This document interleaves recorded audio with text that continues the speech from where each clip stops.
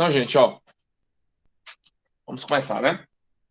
Eu tô aqui, viu? Ó, olá, tudo bem? Então, eu tô aqui é porque se eu ficar na frente do quadro, vocês não vão ver o quadro, certo? Então, ó, só para lembrar, na última aula, semana passada, o que que nós tivemos? Nós tivemos algumas. Não pude fazer a aula ao vivo, porque né, teve problema, o YouTube me pediu e teve essas coisas, mas eu gravei a aula para vocês e me botei no YouTube e vocês tiveram acesso lá. Não foi isso? Então, ó, as aulas sobre alcenos estão no Google Class, vocês podem assistir a qualquer momento, mas essa aula aqui já não é igual a de lá, certo? Então, vocês vão pegar lá no Google Class a aula sobre alcenos, introdução ao alcenos, falar sobre a estrutura de alcenos, que eu gravei lá e postei para vocês. E hoje nós vamos falar sobre síntese e reações com alcenos. Então, vamos lá. Então, nessa aula de hoje, né, nós vamos falar sobre síntese de alcenos, certo? Então, síntese de alcenos, nós vamos trabalhar com reação de eliminação do tipo E2, reação de eliminação do tipo E1 e desalogenação de dibrometos e desidratação de álcool, certo? Então, nessa reação de E2 ou de E1, nós vamos falar de desidrohalogenação. Quer dizer o quê? A retirada, né, de um HX. Tanto aqui quanto aqui, né? Aqui no vicinal nós vamos retirar um brom, né? E aqui na desidratação vamos tirar uma molécula de água. Certo? Nesse processo. Então, ó, o que acontece? Nós vamos falar aqui agora de síntese de alcenos. Na aula anterior, eu falei de quê? Características, propriedades dos alcenos, como ele se comporta, deixa eu ver se tem mais alguém. Ah, não. Tem ninguém querendo entrar, não. Então, ó, como ele se comporta, as propriedades físicas dele, né? Nomenclatura, nós falamos também. Certinho? Então, ó, nessa aula agora a gente vai falar de síntese. Então, síntese de alcenos, né? Vamos lá, então. Pessoal, todo mundo já tomou café, né? Todo mundo já está satisfeito, né? Ligado e tal, né? Vamos lá. O que acontece? Vamos falar aqui agora. Vamos só relembrar uma coisa importante, né? Da última aula, que são as características dos alcenos em relação às suas propriedades, né? Vamos lá, ó. Primeiramente, vamos lembrar um alceno, né? Um alceno qualquer. Nós temos aqui, né? Vou pegar esse alceno aqui, que é o alceno mais simples e mais reativo de todos, né? Olha só, nós temos esse alceno, temos este outro tipo de alceno, né?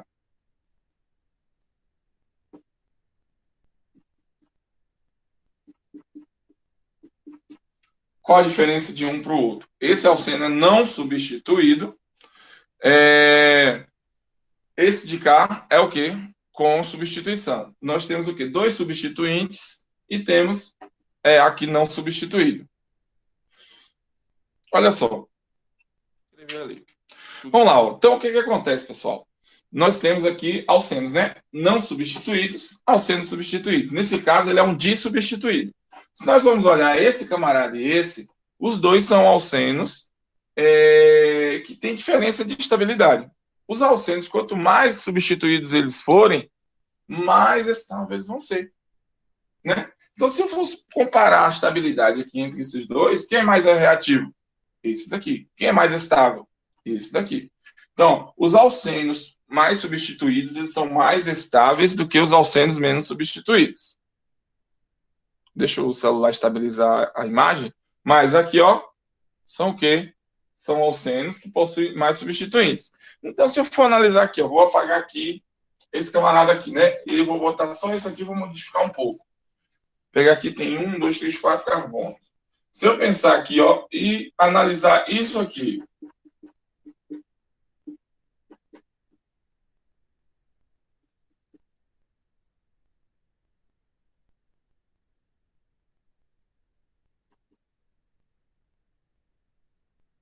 se eu analisar, né? Se tivesse a possibilidade de ter. Ah, não, vou botar esse aqui, não, esse aqui. Vou botar aqui. Possibilidade entre esses dois alcenos aqui. Qual dos dois seria mais estável? Qual dos dois teria maior preferência em ser formado? Esse de cá, porque ele é mais substituído. Observe que ele tem dois carbonos ligados ao carbono ligado à ligação dupla, ou seja, esse carbono alcênico aqui, ele vai ter dois carbonos ligados. Esse de cá só vai ter um. Então, observe que quanto maior o número de substituintes, mais estável. Nós vamos precisar muito dessa informação, porque nas reações de eliminação, eles vão tender a formar, né, um alceno mais estável, que a gente vai falar que é a regra de Zaitsev, né? Esse camarada aí, ele determinou essa regra, que é formar sempre o alceno mais estável. Caso contrário, nós vamos seguir outra regra, que é a regra de Hofmann, né? Que é, na verdade, formação de um alceno menos estável. Então, são duas regras que nós vamos estar trabalhando na síntese de alcenos. Beleza? Então, vamos lá. Vamos começar, então, a primeira reação de síntese de alcenos, né? Reação de remoção do HX, certo? Primeiro vamos falar de E2, certinho? Então, olha só. Como é que funciona essa reação? Então, vamos primeiramente entender. Gente, reação de eliminação. Pelo próprio nome já diz, eu vou eliminar algo, né? Eu vou eliminar algo, retirar algo da cadeia, certo? Para a gente entender essa reação, primeiro a gente precisa compreender alguns conceitos importantes, né, nesse processo. Primeiramente, nós temos que conhecer o conceito de nucleófilo. Nucleófilo e o conceito de eletrófilo. Certo? São dois conceitos distintos de suma importância para entender essas reações. Certo? Vamos... Deixa eu ver se aqui tá. É o último mesmo. Então, ó, eletrófilo e nucleófilo. O que vem a ser um nucleófilo, o que vem a ser um eletrófilo? Vamos lá, gente. Nucleófilo, né? Nucleófilo vem a ser o quê? Ó? Nucleófilo é uma espécie rica em elétrons. Ó, rica em elétrons. Agora, mais importante de tudo, disponíveis. Certo? E o eletrófilo vem a ser o quê? Espécie pobre em elétrons. Ou deficiente, né?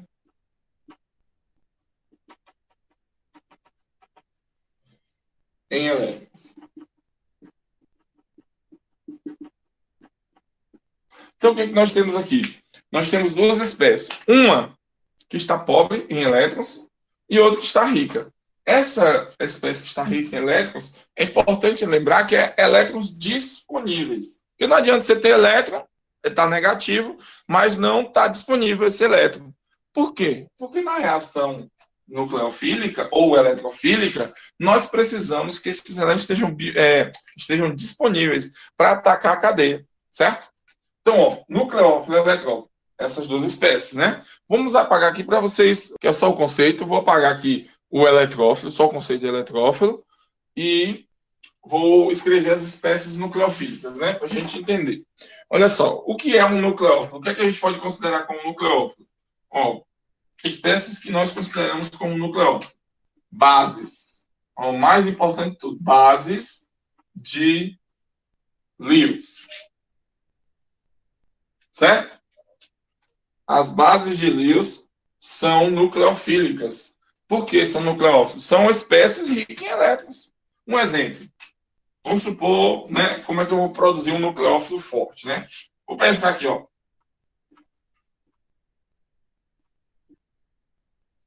Que composto é esse aqui? Esse daqui é o álcool metílico. Esse álcool metílico, ele é um nucleófilo. Por que ele é um nucleófilo? Observe. Tem aqui, ó, par de elétrons livres no oxigênio. Se nós formos analisar, o oxigênio aqui, ó, ele está, na verdade, se ligando ao hidrogênio, né, em uma disposição espacial angular. Ele tem hibridização sp3 e tem dois pares de elétrons disponíveis ali. A presença desses dois pares disponíveis permite a essa estrutura doar esse par de elétrons. Na verdade, atacar algo que está deficiente, né? Mas esse nucleófilo é um nucleófilo fraco. Por que é um nucleófilo fraco? Porque, ó, depende também da sua carga. Se eu pensar aqui agora, ó, essa mesma espécie, comparando os dois, qual é mais forte? O mais forte, com toda certeza, vai ser o metóx, né? Nós temos aqui o álcool metílico, que é o metanol, e aqui eu tenho o metóx. O que é isso aqui? O metóx, na verdade, ele é originado do metanol. Como é feito isso? Esse camarada, né? Esse camarada aqui, o metanol, vai reagir mais NaOH, que é uma base forte, e forma um metóx. Porque o álcool ele se comporta como um ácido, né? Um ácido fraco. Então, uma base forte pode reagir com álcool, formando um alcóxido, né? Então, essa espécie aqui são alcóxidos, né? Certo? O alcóxido. Olha só, gente. Então, existe diferença entre esse nucleófilo e esse? Sim. Qual a diferença principal? Esse tem par de elétron disponível, esse também tem. Esse daqui não tem carga, esse tem. Então, o que é que a gente já pode notar aqui? Que nucleófilos, na verdade, são espécies ricas em elétrons disponíveis. A disponibilidade de elétrons aqui é maior ou menor do que nessa espécie?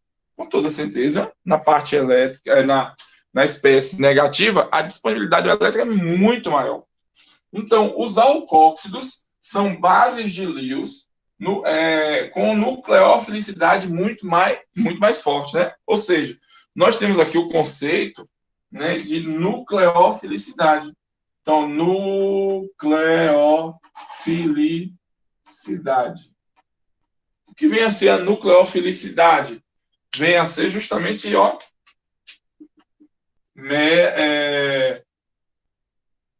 termo, né, para medir a força do nucleófilo.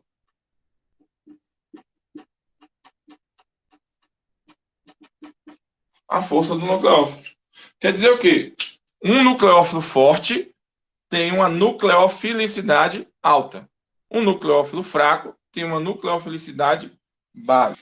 Então, nós temos então esse termo, né? Na verdade, é a unidade de medida como se fosse uma unidade de medida da força do nucleófilo. Então, nucleofilicidade entre essas duas espécies, com toda certeza, essa é maior. Tudo bem?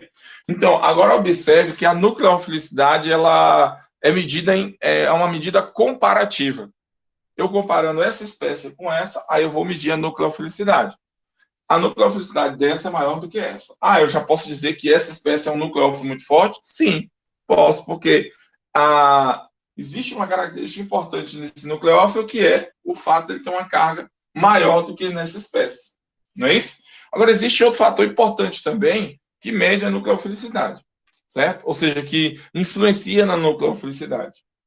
Então, só para lembrar, todo álcool, quando reage com uma base forte, neste caso aqui, hidróxido de sódio, poderia ser hidróxido de potássio, ou outras coisas, né? Hidróxido de uma base forte também, hidróxido de lítio, mas precisa reagir com uma base forte. Reagiu com uma base forte, vai formar um alcóxido. Esse alcóxido sempre vai ser um nucleófilo mais forte do que o álcool não ionizado, certo? Então, ó, sempre nós vamos analisar um dos pontos, né? Base de Lewis. Aí vem, nós precisamos analisar essas bases de Lewis, a carga. Quanto maior a carga, maior a nucleofilicidade da espécie, certo? Agora, existe outro fator que influencia a nucleofilicidade, que nós chamamos de impedimento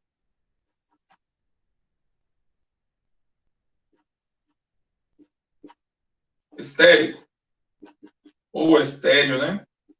Em alguns livros vocês vão achar estéreo, e outros vão achar estérico. Vamos pensar aqui, ó. Vamos analisar a espécie CH3, C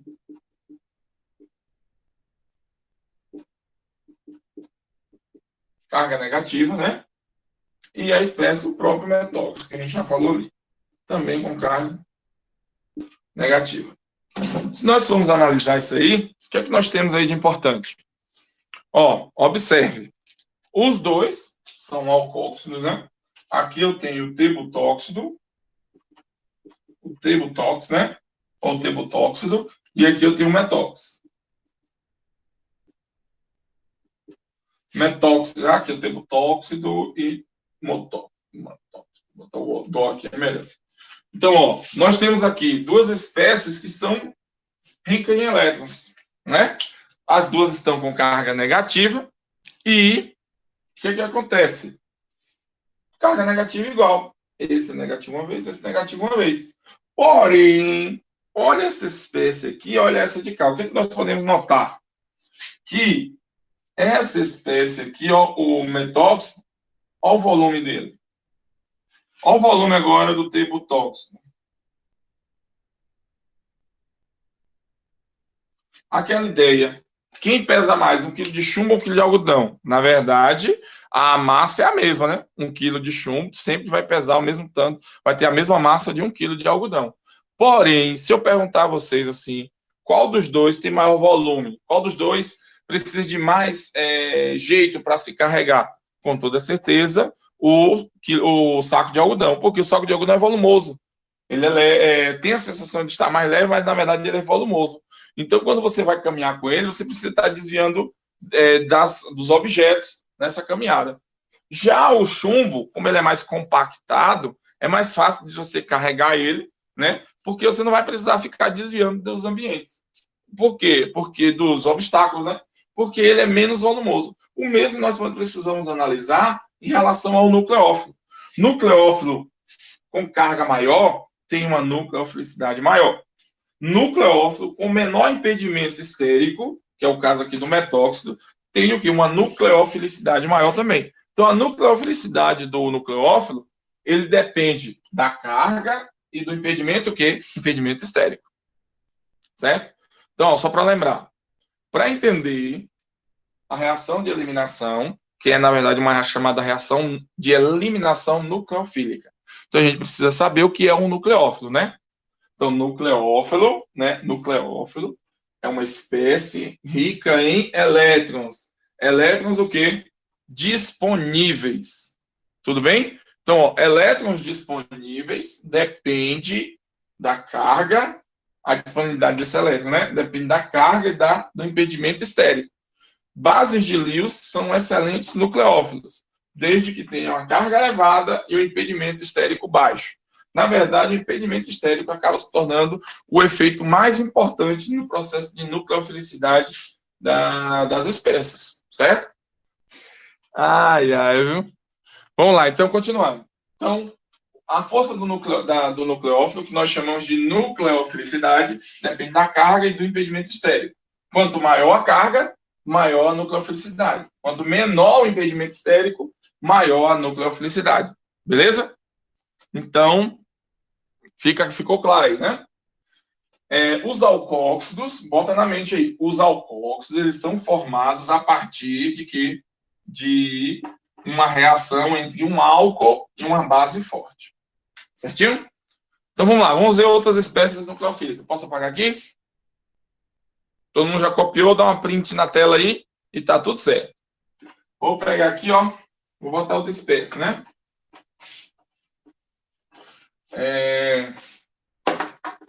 Os álcoois são excelentes bases de Lewis, né? O NaOH ele só reage com o álcool para formar um alcóxido, forma um sal. Deixa eu botar a reação aqui completa para você entender. Ó, vamos pegar aqui o metanol, vai reagir com NaOH e vai formar CH3O-, Na+, mais água. Essa é a reação completa, Manu. Entendeu aí? Desculpa. O álcool é um ácido fraco de Lewis e o NaOH é uma base muito forte. Então, ele pode se comportar aqui como um ácido e aqui já é uma base muito forte. Então, essa é a diferença. Não, não some não, Dani, fica ali. É porque nós chamamos esse camarada aqui, ó, de íon espectador. Né, mano? O que é um íon espectador? É aquele que está na reação, mas não participa de nada. Ele só fica lá olhando os outros trabalhar. Quem vai realmente participar do processo todo é o metóxido, que vai participar da reação. Entendeu? É o que acontece com os íons espectadores. Compreendo, né? Vamos lá. Aí, né? Deixa o pau quebrar, né, Dani? Então vamos lá, gente. Ó, vamos pegar outra espécie aqui. Vamos supor que eu tenho aqui uma base, né? Outras bases, né? Base de Lewis, que também são consideradas como nucleófilos. São o que? Ó? Nós já vimos que são os álcools, né? Álcools. Tem também as aminas, né? As aminas. As aminas são excelentes espécies como nucleófilos, né? Então, ó, as aminas também se comportam como nucleófilos. E por que isso acontece? Porque, vamos pensar aqui, ó, pegar um exemplo da amônio. Amônio, porque é uma base de Lewis? Porque tem o que? O nitrogênio ligado a hidrogênio e tem o que aqui? Um par de elétrons disponível. O nitrogênio realiza 3 ligações, tem hibridização do tipo sp3 e tem um par de elétrons disponível. Sua geometria é piramidal. Né? Então, tudo isso vocês aprenderam lá com o Rafinha. Então, essa espécie é rica em elétrons, porque tem esse par disponível. Agora, olha só, existe essa espécie, né? Existe essa espécie aqui, ó.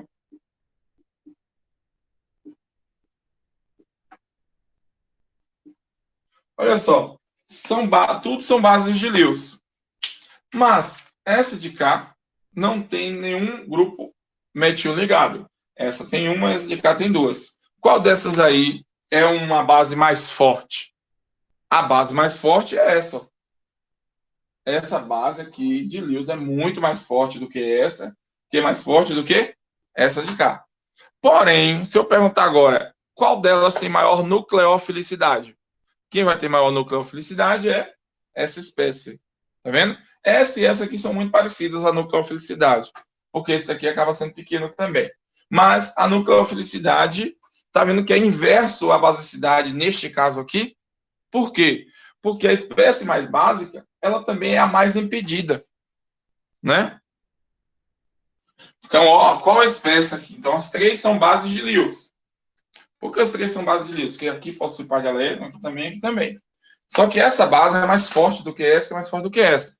Por quê? Porque essa espécie aqui doa elétron para o nitrogênio, tornando a nuvem eletrônica maior. Só que aqui são dois grupos doando, então torna maior ainda. Então essa base é muito mais forte.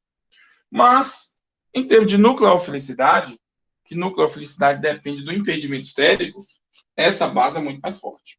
Certinho? Então, essa base aqui é um nucleófilo muito mais forte do que esse aqui. Porque amônio a gente usa muito pouco. Mas essa é a ideia. Certinho? Então, quanto maior a nucleofilicidade, significa que ou tem uma carga maior ou vai ter um impedimento estérico menor. Certo? Beleza. Certo? Então, as aminas, os álcoois, todos eles se comportam como nucleófilos fortes. Né? São os nucleófilos que nós mais utilizamos nessas reações. Vamos lá. Então, já descobrimos o que é um nucleófilo, né? Certinho, as suas características, suas propriedades e sua força, né? Vamos pegar aqui alguns exemplos, né, de nucleófilo. Temos aqui, por exemplo, o metanol. Ele é um nucleófilo? Sim, é um nucleófilo. Mas ele pode se tornar um nucleófilo mais forte se virar o metóxido. Na verdade, vai reagir com a base forte. Nós temos aqui HBr. Se eu pegar o HBr, por exemplo, é um nucleófilo? Depende. Olha só, na verdade, essa espécie aqui, ela é uma doadora de próton, tá vendo? O H+, ele é doado facilmente. Então, ele, na verdade, ele vai se comportar mais facilmente como um eletrófilo e não como um nucleófilo. Entenderam?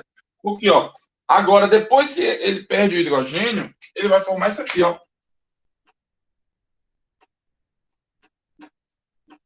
Aí sim ele passa a ser um nucleófilo. Tudo bem? Então ele vai se comportar facilmente como um nucleófilo. Então essa espécie é um eletrófilo, essas espécies são nucleófilos.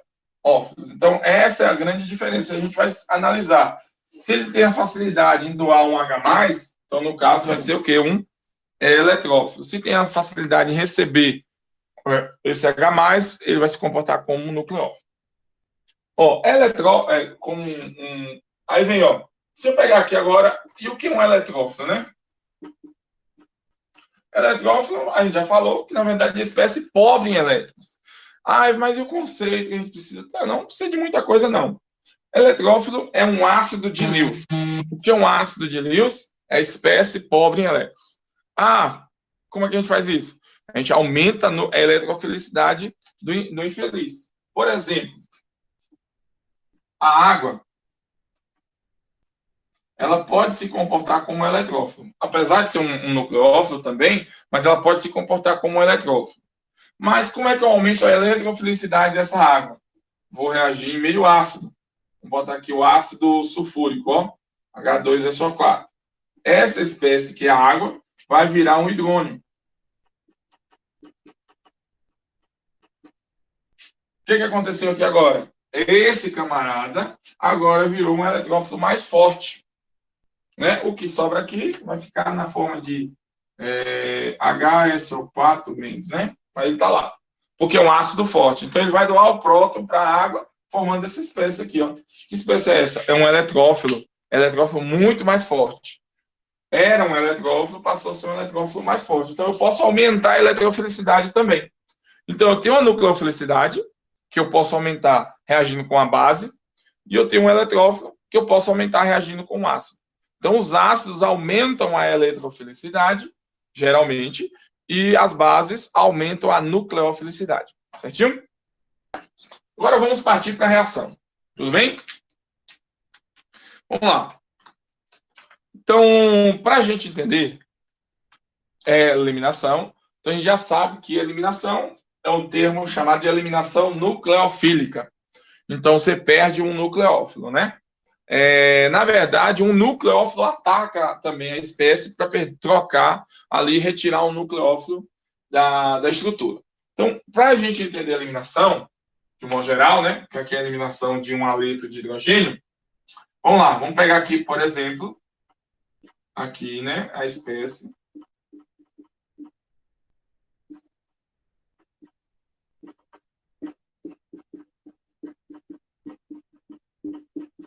Que espécie é essa daqui? Vamos dar um nome. Viu, Thales? Vamos lá, o nome. 1, 2, 3. 3 carbonos com o bromo no meio. Então, nós vamos ter o que aqui? O nome disso aqui é o bromo, né? 2 bromo. Propano, né? Também podemos chamar de brometo de isopropila.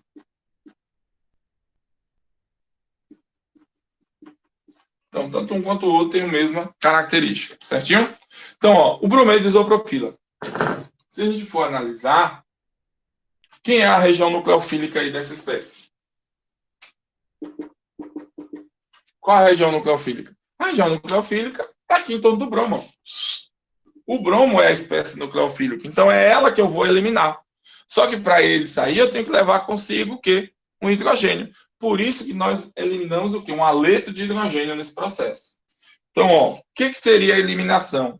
A eliminação é a retirada de um bromo, ó, com o hidrogênio. Isso aqui sai. Ao sair, algo tem que ficar no lugar para ocupar o espaço, né? Porque no caso o carbono sempre vai fazer 4 ligações. Então, neste caso aqui, ó, vai acontecer o quê? De um modo geral, vai acontecer isso. O bromo sai e vira uma ligação dupla. Certo? Então, nessa reação de eliminação, sempre vai ter a formação de uma ligação dupla. Então, reação de eliminação nucleofílica forma uma ligação dupla. Essa ligação dupla, na verdade, é um alceno. Então, produção de alceno. Por isso que a gente está falando de síntese de alceno, falando de eliminação. Porque a eliminação é uma das formas mais utilizadas para a produção de alcenos. Neste caso aqui, quando eu elimino o HBr, eu estou formando uma ligação dupla. Certinho? Então, ó, reação de eliminação pode ser do tipo E1 ou E2, certo? Vou passar aqui, ó, um traço. Vamos pensar aqui no E1. Aqui vamos pensar no E2, certo?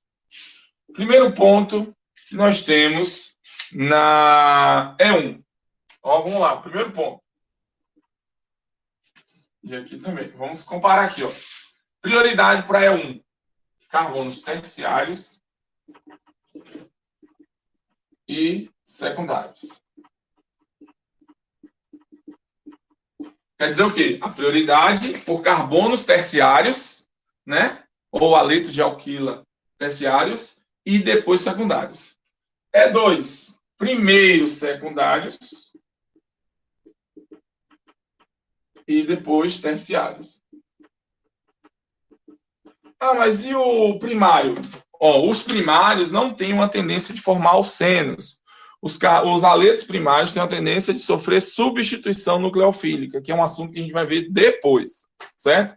Olha só, eliminação e substituição são coisas distintas, né? Uma elimina e retira e forma uma ligação dupla. Na substituição, eu tiro um nucleófilo e coloco o outro no lugar, certo? Então, vamos pensar aqui agora, né? Outra coisa importante na E1, forma, ó, carbocátion.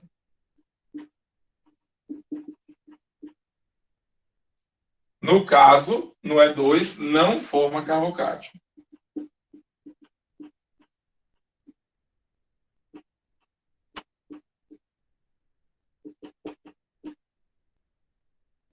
Não forma carbocátion. Ah, mas o que é um carbocátion? Vou falar, certo? Mas, só de modo geral, carbocátion, o nome já diz, cátion. Carbo vem de carbono. Então, carbono na forma de um cátion. Carbono na forma de um cátion é quando o carbono não está fazendo 4 ligações, está fazendo 3. Por exemplo, o radical metila, que é isso aqui, ó. Ele é um carbocátion, tá vendo? Nós temos esse, podemos ter um carbocátion assim, assim,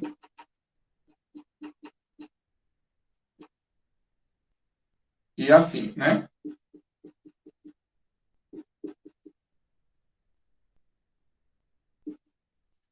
Observe. Só que a gente já tem o quê? A estabilidade dos carbocátions. Quais são elas? Vamos lá. Ó, carbocátion metila, carbocátion primário, secundário e terciário. Qual dos 4 carbocátions tem maior estabilidade? É o terciário. Por quê? A presença da carga positiva no carbono é ruim. Ele não tem interesse em ficar positivo. Então, se ele não tem interesse em ficar positivo, ele é pouco estável, né? A presença do grupamento metila, né? Vocês pensem aí, ó, o grupamento metila são espécies doadoras de elétrons. Eles se comportam como bases de Lewis. Então, eles doam elétron. Então, o metil aqui está doando elétron para o carbono, carbocátion. Aqui também tem, mas são 2. Aqui são 3. Então, tem 3 grupamentos metila ajudando a carga do carbono. Aqui só tem 2, aqui só tem 1. E aqui não tem nenhum. Então, só por aqui já dá para perceber que quanto maior a quantidade de grupamentos ligados ao carbocátion, mais estável ele. Então, ele vai ser o quê? Se ele é mais estável, ele é mais fácil de ser formado. Quanto mais fácil de ser formado, mais estável e melhor vai seguir esse caminho. Certinho? Então, ó, formação de carbocátion depende da estrutura. No caso, se for seguir E1, vai seguir a forma do carbocátion, vai formar carbocátion. Se for E2, não forma carbocátion. Certo? Então, carbocátion é a espécie que tem um carbono faltando uma ligação, ou seja, um carbono com carga positiva. Ele pode ser metila, do tipo primário, secundário ou terciário. Como é um primário? Quando o carbocátion está ligado apenas a um carbono. Quando ele é secundário? Quando está ligado a 2 carbonos. Terciário, quando está ligado a 3. A geometria de todos os carbocátions é o quê? Geometria trigonal planar. Então, ó, é um plano. Toda espécie do carbocátion é um plano. Então, ele tem uma disponibilidade por cima ou por baixo. Certo? Então, ó, vamos lá. Então, eu vou apagar só o carbocátion para continuar falando de E1 e E2, viu, gente? Beleza? Printaram aí? Vamos lá. Então, ó, terciários e secundários para E1, secundários e terciários para E2, forma carbocátion, não forma carbocátion. Vamos lá, ó. Nucleófilos de baixa nucleofilicidade.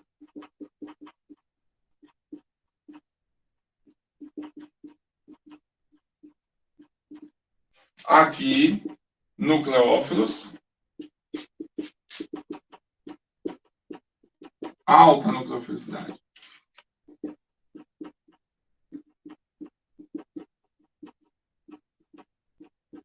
Então, a diferença. Então, ó, nucleófilos de baixa nucleofilicidade tendem a seguir mecanismo E1. Vamos lá. Então, olha só. O nucleófilo de baixa nucleofilicidade tende a auxiliar o mecanismo E1. O nucleófilo de alta nucleofilicidade tende a seguir o mecanismo E2. Certinho? Tudo bem aí? Ficou claro, né? Então, diferença. Vamos lá. Outra coisa importante. Aqui, ó. Por este fato aqui, é uma reação simultânea, ó.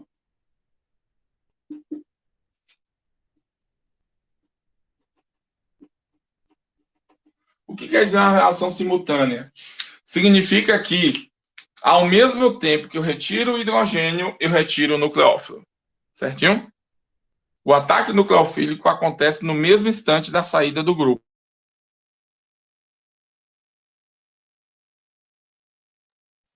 Em etapas.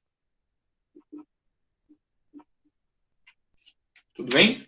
Então, ó, é uma reação simultânea, acontece ao mesmo tempo. A de cá acontece em etapas. Primeiro sai uma coisa, depois sai a outra. Olha só. O que é uma reação simultânea? É quando o ataque ocorre na molécula, ao mesmo tempo que ataca, já forma substância. Aqui não. Aqui acontece em etapas. Como assim? Primeiro vai acontecer a retirada de um grupo. Depois que esse grupo sai, vai virar uma espécie, que essa espécie vai ser atacada. Tudo bem? Então, basicamente, a diferença é essa. Tudo bem, Larissa? Quando a gente mostrar o mecanismo, vocês vão enxergar isso aí.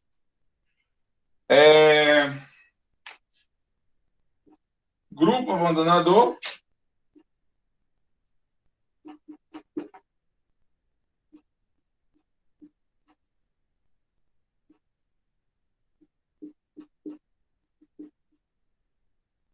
Aqui serve o mesmo, certo?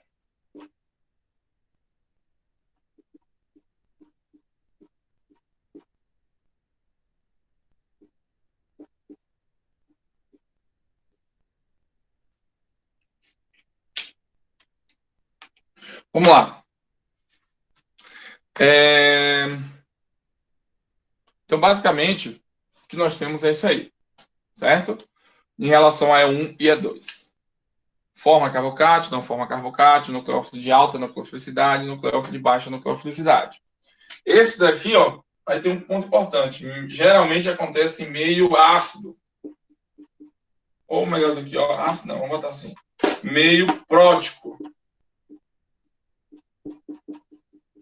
E aqui acontece geralmente em meio aprótico. O que é meio prótico, o que é meio aprótico, né? Meio prótico, pelo próprio nome já diz, prótico vem a ver com próton, né?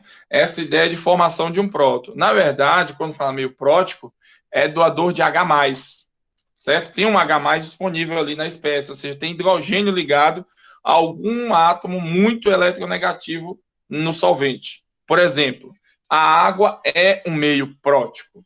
Por que a água é um meio prótico? Porque o hidrogênio está ligado ao oxigênio. E o oxigênio é altamente eletronegativo. Meio aprótico É um meio que não tem essa espécie do hidrogênio ligado a um carbono, a um átomo muito eletronegativo. O prótico é quando eu tenho um hidrogênio ligado a um átomo muito eletronegativo. Já o meio aprótico, o nome já diz.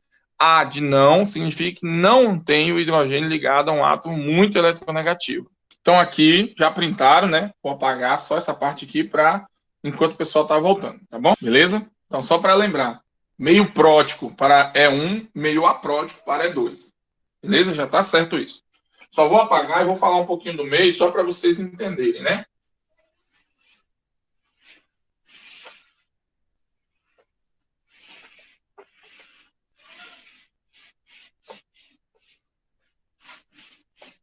Vou continuar, hein? Então vamos lá. Meio prótico, meio aprótico. Gente, meio prótico que é meio aprótico. Meio prótico, observe que eu tenho aqui o hidrogênio. Né? Prótico, toda vez que eu falar prótico, bote na cabeça de vocês o seguinte. Toda vez que eu falar prótico, tem a ver com H, hidrogênio, certo? Porque o hidrogênio, ele é considerado como um próton quando ele perde o seu elétron. Se o solvente ele for prótico, significa que vai ter hidrogênio ligado a oxigênio, hidrogênio ligado a nitrogênio, oxigênio ligado a flúor, certo? Esse daí é o solvente. Ou então vai ter um meio ácido, né? Meio ácido, que aí vai também ser considerado como um meio prótico. Por que o meio ácido? Porque se a gente pegar um ácido sulfúrico, por exemplo, ele é um doador de próton, ele doa H+. Então, H+ vai ficar disponível no meio. Já o meio aprótico, eu tenho um solvente, né, que não tem hidrogênio ligado a oxigênio, nem a nitrogênio, nem a flúor, ou não tenho mais um ácido ali misturado. Eu vou ter provavelmente uma base ou algo semelhante. Certinho? Então, ó, essa é a diferença de meio prótico para meio aprótico. Certo? Então, meio prótico tem a ver com a espécie com o hidrogênio disponível. Certo? O H+. Então, essa é a grande diferença quando a gente analisa a reação E1 da reação E2. Então, a reação E1, o FON, né? Sim, flúor, nitrogênio e oxigênio, né? Aí isso influencia diretamente no meio prótico, certo? Agora, o hidrogênio precisa estar ligado a eles, certo? Você tem hidrogênio ligado a eles. Ou então é um meio ácido qualquer, né? Todos esses meio ácidos, ou hidrogênio ligado a essas espécies, também são meio próticos. Agora, se a gente pegar aqui o dimetil sulfóxido, tá vendo? Esse daqui é um sulfóxido, né? O dimetil sulfóxido. Ele vai o quê? Ele vai me dar, é um solvente também, mas ele é um solvente aprótico. Por que um solvente aprótico? Observe que ele não tem aqui o hidrogênio ligado a um oxigênio, ou a um flúor, ou um nitrogênio, ou um meio ácido, né? Então, na verdade, esse meio é aprótico. Tudo bem aí? Ó, inativa o nucleófilo. Certo? Deixa o nucleófilo livre. Olha só a diferença entre os dois. Qual é a importância? Para o E1 funcionar, seguir caminho adiante, geralmente o meu nucleófilo precisa ser fraco. Quando o nucleófilo é muito forte, o que eu faço? Eu inativo ele. Eu coloco ele um meio ácido ou um meio prótico. Já no E2, o que eu faço? Eu ativo o nucleófilo. Eu deixo o nucleófilo livre usando um solvente aprótico. Certo? Um solvente que não vai inativar o nucleófilo. Essa é a grande diferença, pessoal.